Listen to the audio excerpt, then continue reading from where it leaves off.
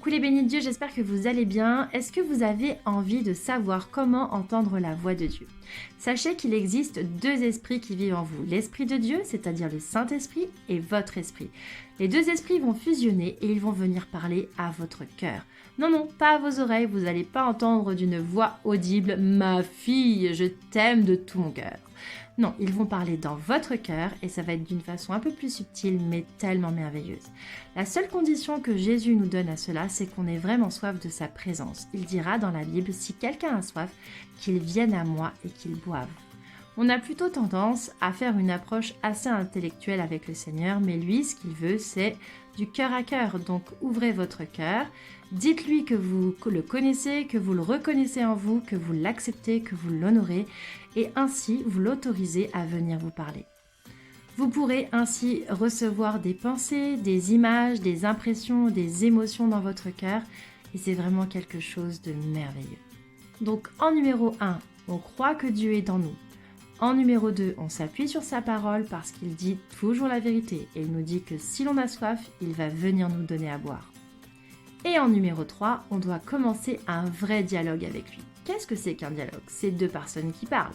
Et en fait, si vous êtes comme moi, ça veut dire que très souvent vous faites un monologue. Bla bla bla bla, amen. Et vous repartez à vos occupations. Et en fait, non. En fait, il y a le bla bla bla, amen. Mais il y a le on attend à ce que Dieu nous parle, à ce que Dieu vienne dans ce silence. Donc, il faut vraiment faire silence. Et pour cela, vous pouvez vraiment vous imposer un silence. Je sais, c'est difficile.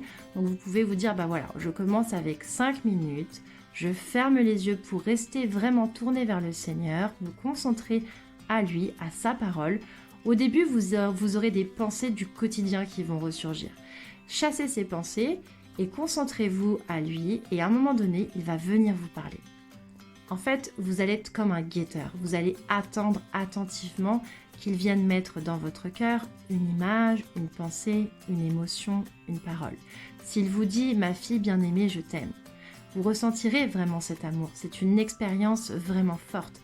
Pas juste une parole, mais vous allez ressentir l'amour en vous. Et c'est ça la puissance de Dieu, c'est que lorsqu'il va parler, en même temps, ça va procurer quelque chose en vous. Seigneur Saint-Esprit, aujourd'hui, nous voulons te demander pardon, parce que nous savons que tu as essayé de nous parler à maintes et maintes reprises, et que parfois nous n'avons pas été attentifs à ta parole.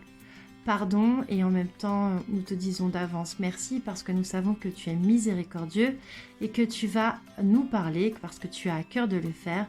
Nous te demandons aujourd'hui plus de foi, et plus de soif. Merci Seigneur, Saint-Esprit, de venir vivre dans nos vies et venir vivre également dans nos cœurs. Soyez bénis, je vous aime. Amen.